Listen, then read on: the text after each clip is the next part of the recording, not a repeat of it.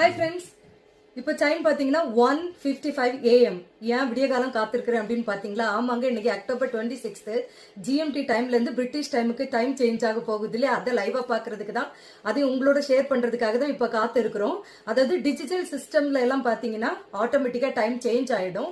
அதை நான் இப்ப உங்களுக்கு லைவா காட்டுறேன். கிளாக்ல மட்டும் நம்ம மேனுவலா கை கொண்டு மாத்திக்கணும். நமக்கும் இந்தியாவுக்கும் பாத்தீங்கன்னா 4.5 மணி நேரம் வித்தியாசம். இது வரைக்கும் இன்னையில இருந்து நமக்கு 5.5 மணி நேரம், ஒரு மணி நேரம் எக்ஸ்ட்ரா கிடைக்கும். ஏன்னா இங்க வந்து இப்ப விண்டர் ஆரம்பிச்சதுனால இருட்டு தான் ஜாஸ்தியா இருக்கும், பகல் நேரம் ரொம்ப ரொம்ப கம்மியா இருக்கும். இப்போ 1 hour எங்களுக்கு எக்ஸ்ட்ரா கிடைக்குது. ஆனா நமக்கு இந்தியாவுக்கும் 5.5 மணி நேரம் வித்தியாசம் இருக்கு. இந்த டைம் சேஞ்ச் ஓவர்னாலே நிறைய கால் எல்லாம் பண்றதுக்கு ரொம்ப கஷ்டம். இப்ப லைவா டைம் சேஞ்ச் பண்றது பார்க்கலாமா? வெயிட் பண்ணுங்க கொஞ்சம் நிமிஷங்கள். அதாவது 2 minutes தான் இருக்கு. நமக்கு லைவா வந்து சேஞ்ச் ஓவர் ஆகுறத பார்க்கலாம். 2 AM ஆகணும். ஆனா பாத்தீங்கன்னா அப்படியே ஆட்டோமேட்டிக்கா 1 AM இருக்கும். திருப்பி பேக் அடிச்சு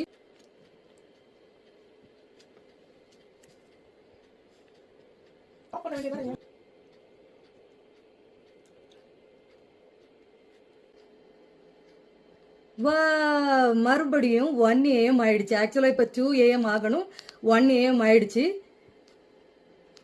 ஸோ இப்போ நீங்க இதை லைவா பார்த்துருக்கீங்க. இனி நம்ம வந்து பாத்தீங்கன்னா கிளாக்ல பாருங்க. கிளாக் பாத்தீங்கன்னா 2 AM இருக்கு. ஸோ இதை வந்து நம்ம கையால மேனுவலா மாத்திக்கணும்.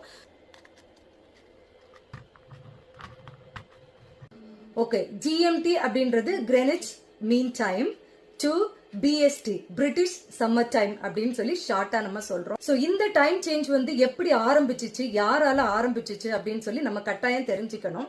வில்லியம் வில்லட் அப்படின்றவரு முதல் உலக போரின் போது 1916 ஆண்டு முதல் உலக போர் டைம்ல பாத்தீங்கன்னா ஒரு 1 hour டே லைட் சேவிங் வேண்டும், டைம் தேவைப்படுது அப்படின்றதுக்காக அவர் தான் இந்த ஐடியாவை கொடுத்து எல்லாரும் இதை ஒத்துக்கிட்டு இந்த டைம் சேஞ்ச் வந்து அங்க ஆரம்பிச்சதுதான். இப்ப வரைக்கும் அது நடந்துட்டே இருக்கு. ஆனா ரீசன்ட் டேஸ் வரைக்கும் பாத்தீங்கன்னா யூரோப்பியன், யூகே, அமெரிக்கன் பார்லிமெண்ட்ல வந்து இதற்கான டிபேட் போயிட்டு இருக்கு. என்ன அப்படின்னா, இதை மேற்கொண்டு இதை அப்படி கண்டினியூ பண்ணணுமா இல்ல ஸ்டாப் பண்ணலாமா அப்படின்ற டிபேட் வந்து போய்கிட்டே தான் இருக்கு. சோ இதுதான் ஜிஎம்டி டைம்ல இருந்து பிரிட்டிஷ் டைமுக்கு சேஞ்ச் ஆகுறது. சோ வில்லியம் வில்லட்டால தான் இது வந்து வச்சது.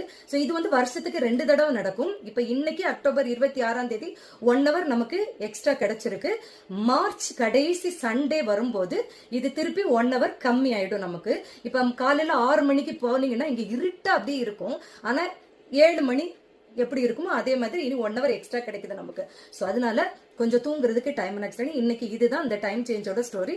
See you guys in next video.